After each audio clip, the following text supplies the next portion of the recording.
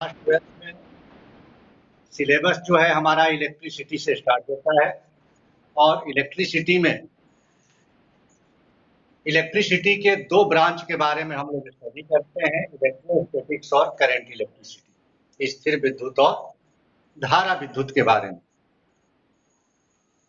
हम चाहेंगे आपको नोट्स तो दिए ही जाएंगे, रिटन नोट्स, लेकिन हम चाहेंगे कि क्लास में जब आप बैठते हैं तो जिस तरह से नोट्स वगैरह तैयार करते हैं आप नोट्स तैयार करते रहें और नोटबुक और पेन लेकर के बैठें ताकि आपको पूरे के पूरे क्लासरूम का अनुभव हो सके। एक्चुअली फिजिक्स के अंदर 11th क्लास में हम लोगों ने जो कुछ भी पढ़ा था, एक बार आप लोग बता देंगे। साउंड और वीडियो बिल्कुल क्लियर जा रहा है, कोई दिक्कत हो रही है? साउंड और वीडियो दोनों क्लियर है? ठीक है, ओके ओके।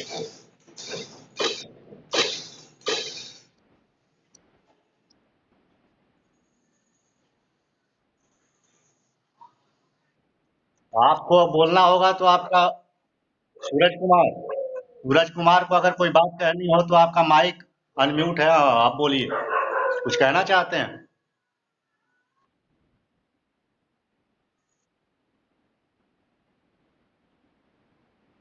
सभी लोग अपना अपना माइक म्यूट कर लें। जब आपको कुछ बोलना होगा तब अपना माइक ऑन करिएगा। ये तो पहला नियम होना चाहिए ऑनलाइन क्लास का कि सभी लोग अपना माइक म्यूट रखें और जब आपको कुछ पूछना हो तो हाथ उठाएं या माइक अपना ऑन करके बोले और आपका जब काम हो जाए, फिर टाइम खत्म हो जाए तो फिर से माइक को म्यूट कर दें ताकि दूसरे को दिक्कत ना हो। तो 11th क्लास में हम लोगों ने जो कुछ भी पढ़ा है, अभी सूरज जी ठीक जा रहा है साउंड? ओके।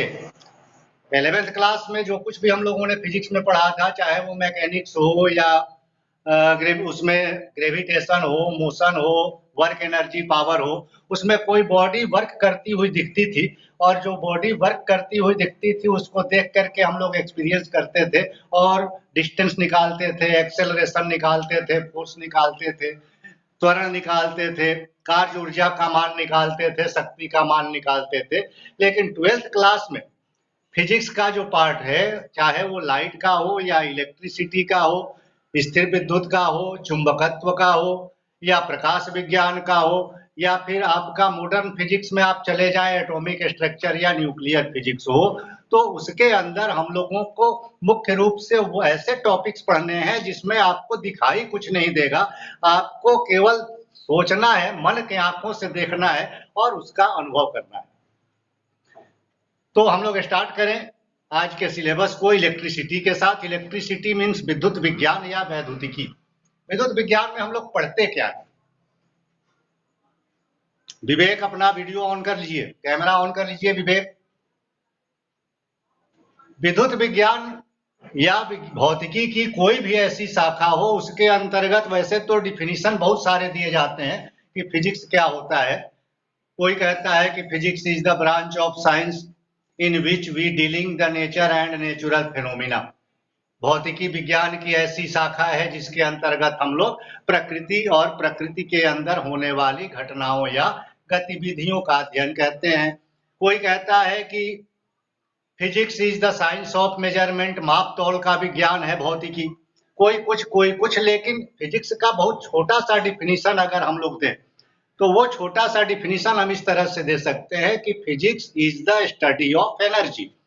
ऊर्जा के अध्ययन को हम लोग भौतिकी कहते हैं, क्योंकि 11th से लेकर 12th तक आप फिजिक्स पढ़ेंगे तो जो भी ब्रांच पढ़ेंगे, कहीं आपको मैकेनिकल एनर्जी यांत्रिक ऊर्जा के बारे में पढ़ने को मिलेगा, कहीं आपको उष्मा ऊर्जा और विद्युत ऊर्जा के बारे में पढ़ने को मिलेगा, कहीं आपको ध्वनि ऊर्जा के बारे में पढ़ने को मिलेगा, कहीं आपको विद्युत ऊर्जा, कहीं चुंबकीय ऊर्जा, कहीं प्रकाश ऊर्जा, कहीं परमाणु ऊर्जा, कहीं नाभिकीय ऊर्जा, क्योंकि ये ब्रह्मांड ही पूरा ऊर्जा से मिलकर के बना। और उसी फिजिक्स का ऐसा ब्रांच, ऐसी शाखा भौतिकी की जिसके अंतर्गत हम लोग विद्युत ऊर्जा मीन्स आवेशों के गुणों या आवेशों के प्रभावों का अध्ययन करते हैं, उसे हम विद्युत विज्ञान या वैद्युतिकी या इंग्लिश में कहें तो इलेक्ट्रिसिटी या इलेक्ट्रिकल साइंस के नाम से जानते हैं। Means electricity is the branch of physics in which we study the property and effects of charge. वैद्युत विज्ञान भौतिकी की एक ऐसी शाखा है जिसके अंतर्गत हम लोग क्या करते हैं भाई, तो आवेश के गुणों और आवेश के प्रभावों का अध्ययन करते हैं। अब समस्या यह है कि आवेश किस किस गुण का अध्ययन करा सकता है, किस किस प्रभाव का प्रदर्शन कर सकता है, उसके अंदर कौन कौन से गुण हैं, ये तो हम बाद में पढ़ेंगे। पूरे इलेक्ट्रोस्टैटिक्स में 7 नंबर, इलेक्ट्रिसिटी 15 नंबर दे करके जाता है 12th में, उसको 2 पार्ट में बांटा गया, इलेक्ट्रोस्टैटिक्स और करंट इलेक्ट्रिसिटी। स्थिर विद्युत और धारा विद्युत। स्थिर विद्युत से 8 नंबर के प्रश्न पूछे जाते हैं, धारा विद्युत से 7 नंबर के प्रश्न पूछे जाते हैं। अब पूरा 15 नंबर पढ़ने में आपको महीनों लगेंगे, उस 1 महीने में पूरे गुण और प्रभाव का अध्ययन करेंगे। लेकिन सबसे पहले हमें यह जानना चाहिए कि जिस आवेश के गुण और प्रभाव का अध्ययन हम लोग स्थिर विद्युत या धारा विद्युत या विद्युत विज्ञान में करते हैं, वो आवेश क्या है। आपसे इसलिए मैं पूछ रहा हूं क्योंकि 10th क्लास में जब हम लोगों ने फिजिक्स पढ़ा था तो 10th के फिजिक्स में भी आवेश का या इलेक्ट्रिसिटी का एक चैप्टर था, और इलेक्ट्रिसिटी जब हम लोगों ने पढ़ा था तो उसमें ये पढ़ा था कि आवेशों के प्रवाह को विद्युत धारा कहते हैं। Electric current is the flow of charge. तो जब चार्ज के प्रवाह को विद्युत धारा कहते हैं, ये हम लोगों ने 10th क्लास में पढ़ा था, तो आवेश चार्ज होता क्या है ये तो जरूर पढ़ा होगा। तो मैं चाहूंगा कि आप कुछ बताएं, थोड़ा सा बातचीत हम लोगों में होता रहे तो लगेगा कि ऑनलाइन क्लास भी मजेदार है और हम कुछ बोल रहे हैं, पूछ रहे हैं। जी बताएं सूरज जी, आवेश के बारे में क्या जानते हैं? अगर परिभाषित करना हो आवेश को, आवेश किसे कहते हैं तो कैसे करेंगे? यस।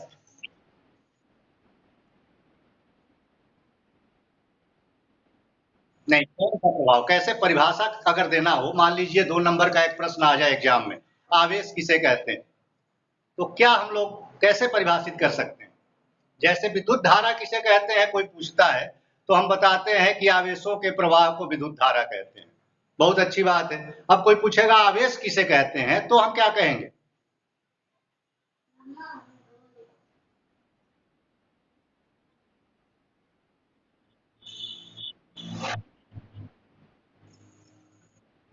देखिए थोड़ी दिक्कत होती है इसलिए कि ये बहुत अच्छा आपने प्रयास किया।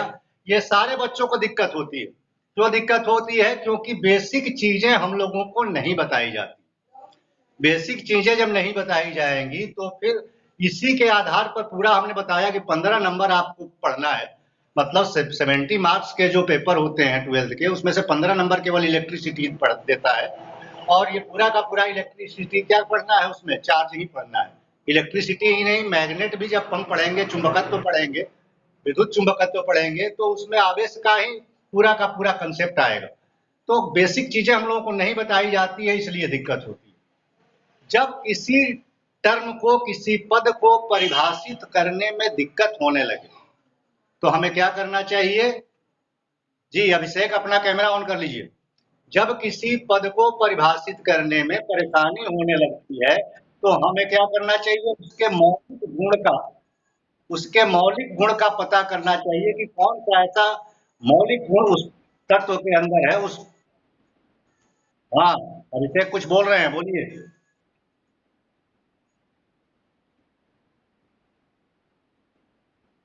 कोई बात नहीं, हम लोग स्टार्ट ही कर रहे हैं। माइक माइक ऑफ कर लीजिए, कैमरा ऑन रखिए, अभी तो स्टार्ट ही कर रहे हैं ना।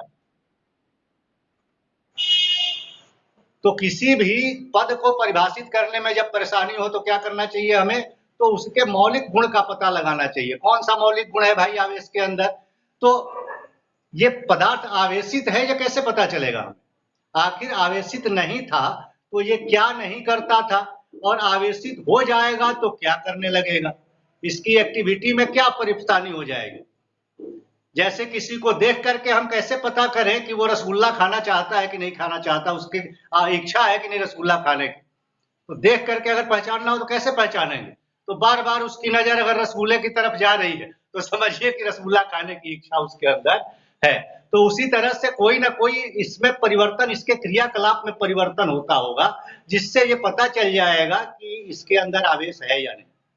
जब तक कोई पदार्थ आवेशित नहीं रहेगा, तब तक उसके आसपास किसी दूसरे को लेकर के जाइए, तो उस पर इसके कारण इसके ऊपर कोई प्रभाव नहीं पड़ेगा। लेकिन अगर किसी प्रकार से इस पदार्थ को आवेशित कर दिया जाए, या कहें कि ये पदार्थ आवेशित हो, तो जैसे ही इसके आवेशित पदार्थ के निकट दूसरे पदार्थ को लेके आएंगे, ये आवेशित पदार्थ दूसरे को या तो आकर्षित करने लगेगा या प्रतिकर्षित करने लगेगा।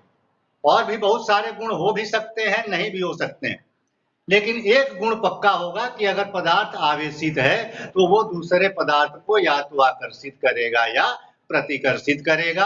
अब इसी गुण के आधार पर हम लोग आवेश को परिभाषित करने की कोशिश करते हैं, और सिंपल सा डिफिनीशन जो हमने बताया उसी शब्द से परिभाषित करेंगे कि आवेश किसी पदार्थ का ऐसा गुण है जिसके कारण वह किसी दूसरे पदार्थ को क्या करता है, आकर्षित या प्रतिकर्षित करता है। या ऐसे कह सकते हैं कि किसी भी पदार्थ का वह गुण जिसके कारण वह किसी दूसरे पदार्थ को आकर्षित करता है या प्रतिकर्षित करता है, अट्रैक्ट करता है या रिपेल करता है, उस प्रॉपर्टी को, उस गुण को हम लोग आवेश कहते हैं। Charge is the property of substance which is responsible to attract और रिपेल एनी अदर। अब ये चार्ज जो है कौन कौन से गुण का, पूरे गुण का विस्तार तो हम लोग पूरे एक महीने तक पढ़ेंगे, लेकिन मोटा मोटी ये तो पता होना चाहिए हमें कि ये आवेश क्या क्या कर सकता है। मान लीजिए कोई पदार्थ आवेशित हो जाए, पहले तो कोई पदार्थ आवेशित होता नहीं है, ये हमें दिमाग में बैठा लेना है। क्यों पदार्थ आवेशित नहीं होता, माने जन्मजात आवेशित नहीं होता। जब पदार्थ बनता है तो वो कोई ऐसा प्रोसेस करता है जिसके कारण बाद में आवेशित हो जाता है।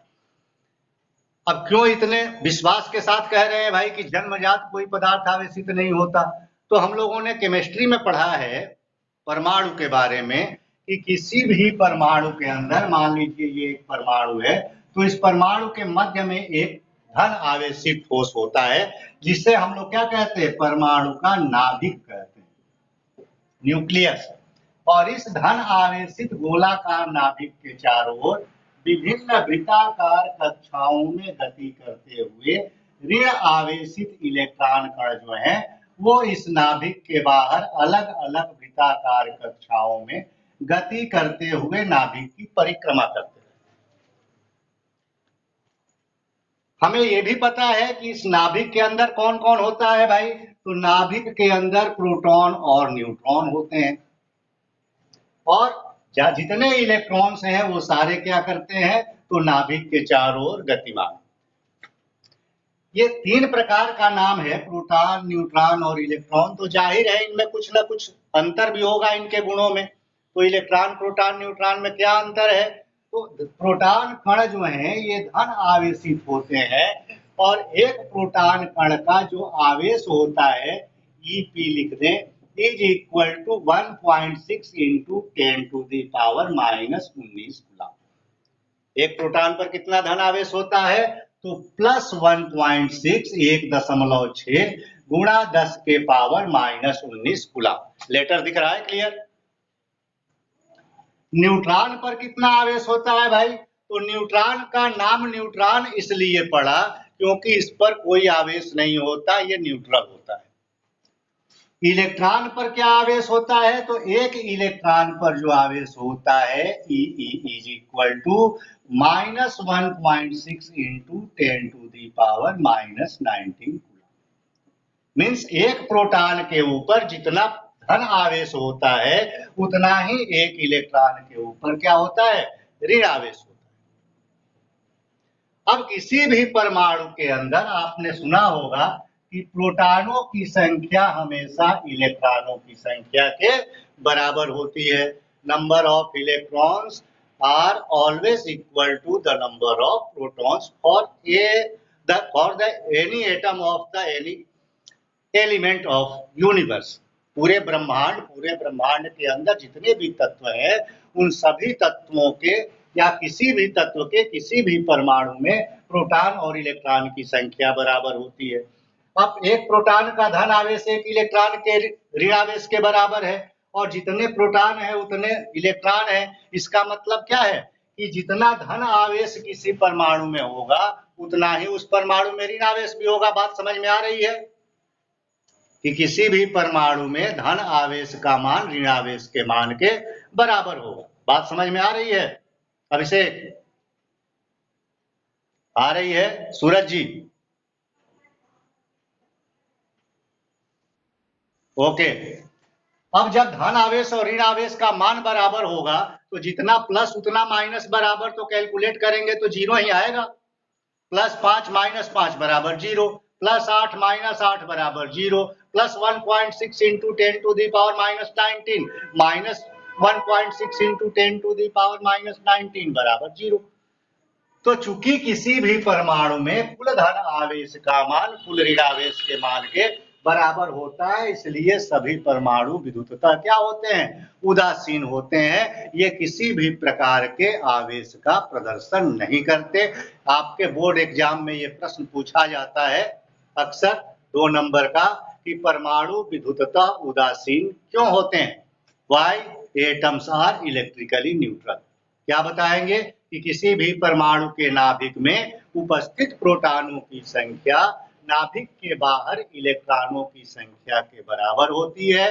किसी भी परमाणु में प्रोटॉनों की एक प्रोटॉन का धन आवेश एक इलेक्ट्रॉन के ऋण आवेश के बराबर होता है, अर्थात किसी भी परमाणु में कुल धन आवेश का मान कुल ऋण आवेश के बराबर होता है, जो दोनों एक दूसरे को प्रभावहीन कर देते हैं। इसलिए परमाणु के बाहर आवेश का प्रदर्शन वो परमाणु नहीं करता। अतः हम कहते हैं कि परमाणु क्या है? उदासीन। अब आप लोग गुस्सा तो करते होंगे, सरोज साहब गुस्सा करते हैं ना? कभी कभी लड़ाई झगड़ा किसी के साथ हो जाए तो गुस्सा तो आता होगा, लेकिन हमें अभी देख करके आपको नहीं लग रहा है कि आप गुस्सा भी करते हैं। तो हम क्या कहेंगे कि आप बिल्कुल मृदु स्वभाव के हैं, आप गुस्सैले प्रवृत्ति के नहीं है। क्यों हम कहेंगे भाई? क्योंकि हमारे सामने उस गुस्से का प्रदर्शन नहीं हो रहा है, भले आपके अंदर वो छुपा हो। तो उसी तरह से परमाणु के अंदर आवेश होता है, लेकिन चूंकि ये परमाणु उस आवेश का प्रदर्शन बाहर नहीं करता है, इसलिए हम कहते हैं कि परमाणु क्या है? उदासीन है। उदासीन होने का मतलब ये नहीं है कि उसके अंदर आवेश नहीं है, उसके अंदर आवेश है, क्योंकि वो आवेशित कणों से ही मिलकर के बना है, लेकिन चूंकि बाहर आवेश का प्रदर्शन नहीं कर रहा, इसलिए कहते हैं हम लोग क्या कि परमाणु उदासीन। अब परमाणुओं से मिलकर के ये पदार्थ बना, तो जितने परमाणु है सारे परमाणु उदासीन है। सबके ऊपर आवेश का मान क्या है? Q बराबर 0। आवेश को Q से सूचित किया जाता है।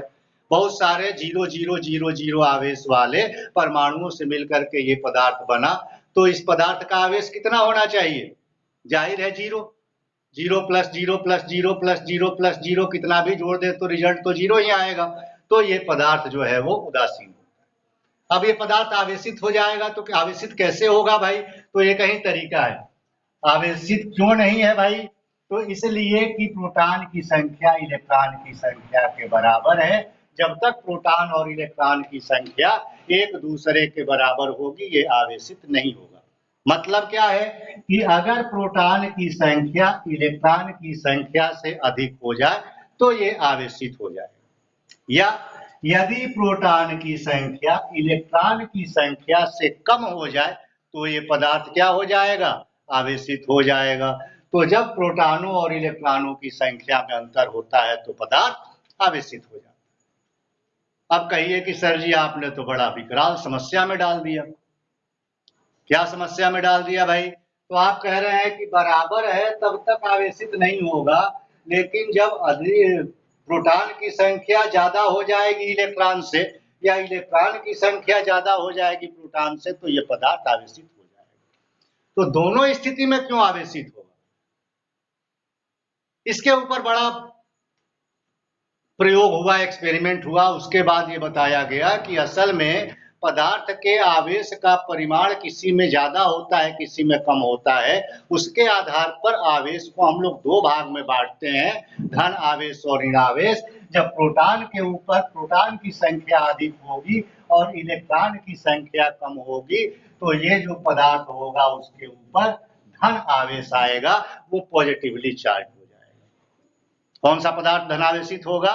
तो जिसके अंदर प्रोटॉन की संख्या अधिक होगी, इलेक्ट्रॉन की संख्या कम होगी, वो पदार्थ धनावेशित होगा। इसका उल्टा, अगर किसी पदार्थ में प्रोटॉन की संख्या इलेक्ट्रॉन की संख्या से कम होती है तो वो पदार्थ क्या हो जाएगा?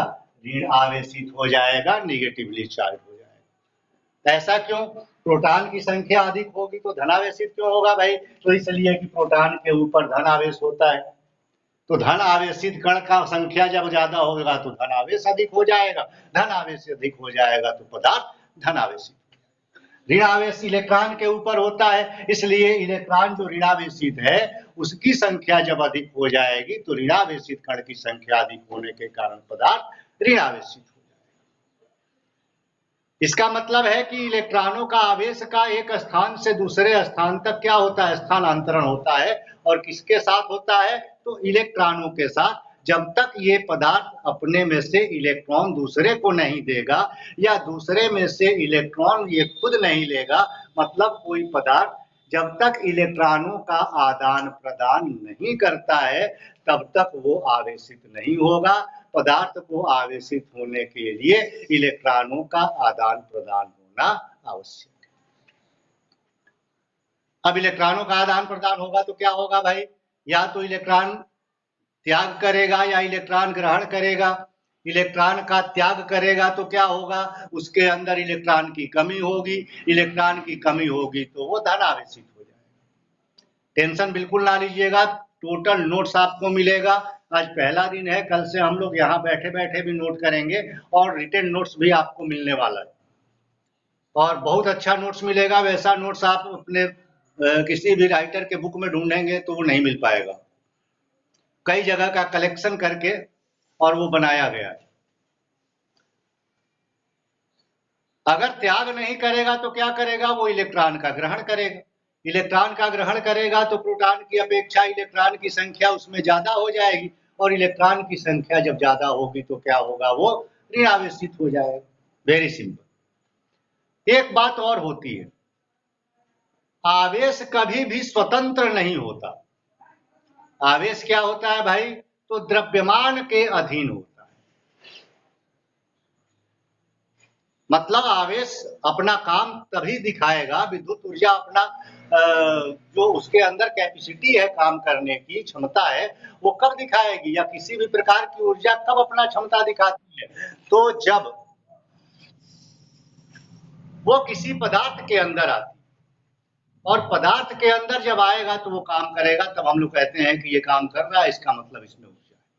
तो कोई भी ऊर्जा हमेशा पदार्थ के अंदर ही होती है, मतलब बिना द्रव्यमान के ऊर्जा की कल्पना या आवेश की कल्पना नहीं की जा सकती। तो एक पदार्थ से दूसरे पदार्थ तक इलेक्ट्रॉन जा रहा है, वो इलेक्ट्रॉन क्या है? कण है और उस कण के ऊपर द्रव्यमान है। तो इसका मतलब कि इलेक्ट्रॉन जब एक जगह से दूसरी जगह जाएगा तो वो अपने आवेश को भी लेकर के जाएगा और अपने द्रव्यमान को भी लेकर के जाएगा।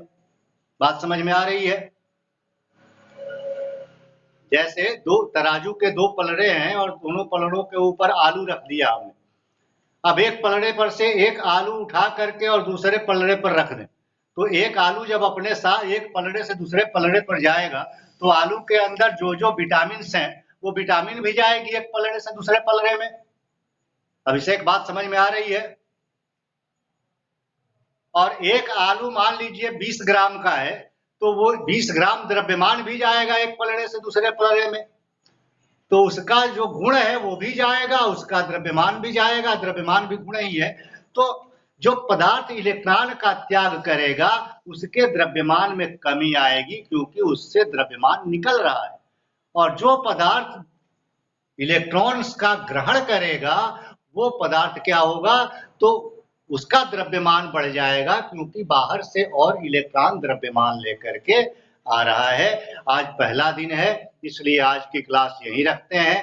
कल ठीक 8 बजे फिर से हम लोग आएंगे और जिनका जिनका शुल्क नहीं जमा है वो ऑनलाइन ट्रांजैक्शन से फीस भी जमा कर दे ताकि और आनंद आए। आज का जो टॉपिक है, जो थोड़ा बहुत हम लोगों ने पढ़ा नहीं, अभी तो इंट्रोडक्शन लिया, आगे आज से क्लास मतलब रेगुलर आपकी स्टार्ट हो गई 8 बजे से 9 बजे तक, और इसका नोट्स जो है वो आप तक पहुंच जाएगा आज ही व्हाट्सएप पर, और आज नहीं तो कल तक पहुंच जाएगा। उसको आप पढ़िएगा और उसके ऊपर फिर कल हम लोग चर्चा करेंगे, तो हमें लगता है कि ज्यादा सीख पाएंगे। तब तक के लिए आज की क्लास बंद करें। बहुत बहुत धन्यवाद आप लोगों को, कल मिलते हैं जी। खूब खुश रहिए।